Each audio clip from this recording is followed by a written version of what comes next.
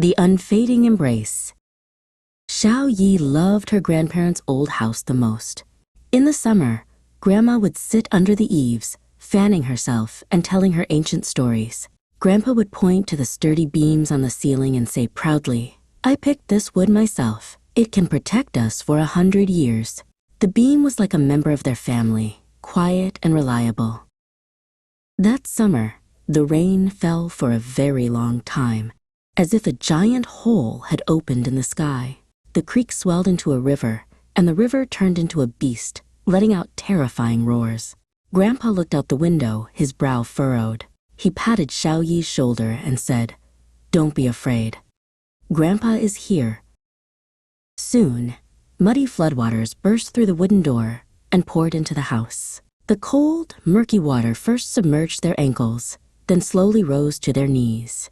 Furniture floated and bumped against each other, making unsettling sounds. "We have to climb onto the beam," Grandpa shouted. He pointed to the thickest beam on the ceiling. "That's our only hope." The floodwaters grew more rapid, and the water level inside the house rose higher and higher. The water was rising too fast. All the furniture was tumbling in the murky water, leaving no place to stand. Grandpa looked at the beam, so close yet so far away, a look of grim resolve in his eyes. He said to Grandma, "There's only one way." Grandpa took a deep breath, planted his feet firmly in the chest-deep water like the base of a cheerleading pyramid, and lifted Grandma with all his might. "Get a firm footing," he yelled to her. With tears in her eyes, Grandma stepped onto Grandpa's shoulders, struggling to steady herself in the water. Once Grandma was steady, she reached out her hands to Xiao Yi. "Come, Xiao Yi. Grandma will lift you up." Frightened, Xiao Yi climbed into her grandmother's arms. Grandma used all her strength to lift Xiao Yi high, allowing her small hands to reach the life-saving beam. "Hold on tight." Grandpa and Grandma shouted at the same time, their voices hoarse.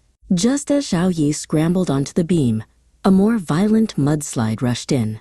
Still in their stacked position, Grandpa and Grandma were instantly buried in the mud.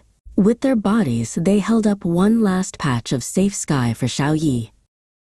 The rain stopped, and the sun came out.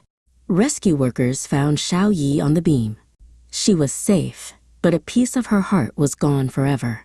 She kept staring at the hardened mud below, as if she could still see the figures of her grandparents holding her up. Many years later, Xiao Yi grew up. The old house was rebuilt, but the beam was carefully preserved and made a part of the new home. She would often gently stroke the rough texture of the beam, and if she closed her eyes, she could feel that unfading embrace, the sturdiest base of all, formed by the bodies of her grandparents.